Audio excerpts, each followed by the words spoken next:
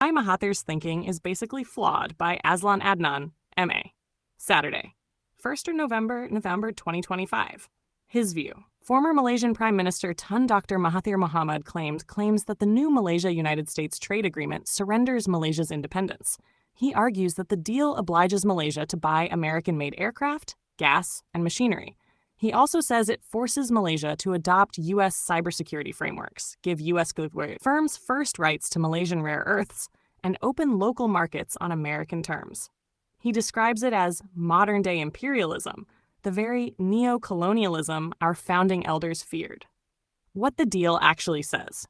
The October 2025 agreement on reciprocal trade between Malaysia and the United States includes several key provisions. Malaysia will cooperate with the U.S. on export controls, investment screening, duty evasion, critical minerals, and rare earth elements. The U.S. will impose a 19% reciprocal tariff on most Malaysian goods, with some items qualifying for zero tariffs. Malaysia agrees not to restrict or ban exports of critical minerals and rare earths destined for the U.S. The deal also gives American companies preferential access to Malaysian sectors such as machinery, metals, chemicals, vehicles, and agricultural products. In addition, Malaysia will facilitate investment for U.S. firms and contribute to job creation worth about $70 billion in the U.S. over several years. Where his critique misses the mark. Mahathir's argument stresses loss of sovereignty and national control, yet the agreement itself paints a more balanced picture. Malaysia retains its right to regulate industries under domestic law. The clauses explicitly state that cooperation will occur in accordance with national regulations.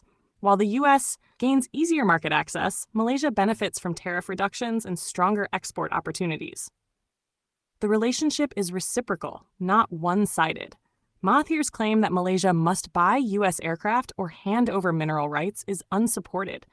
The agreement encourages cooperation, not exclusive purchasing or ownership rights.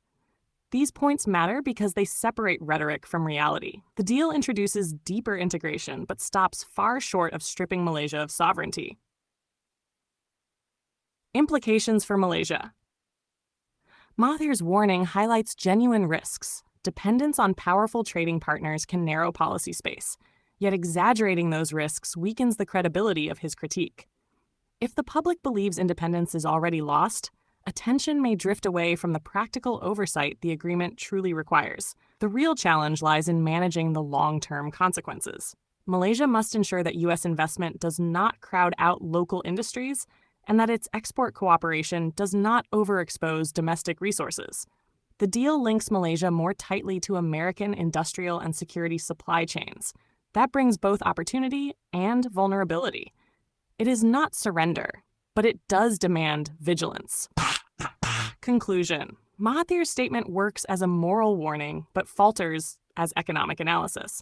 The text of the agreement shows mutual concessions, not colonial subjugation. Malaysia still decides its domestic rules, retains ownership of its resources, and gains market access in return. Still, his caution should not be dismissed. Trade agreements reshape the structure of sovereignty in subtle ways. Economic power can erode autonomy without a single law being broken.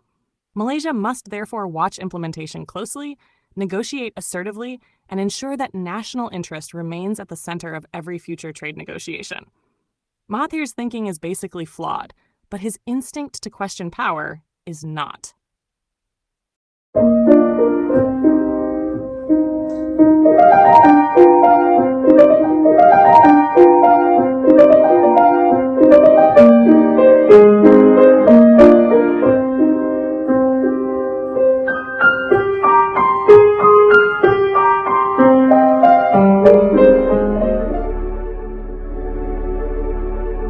A heartfelt light. To every soul whose hand did give, you've helped me dream, helped me live.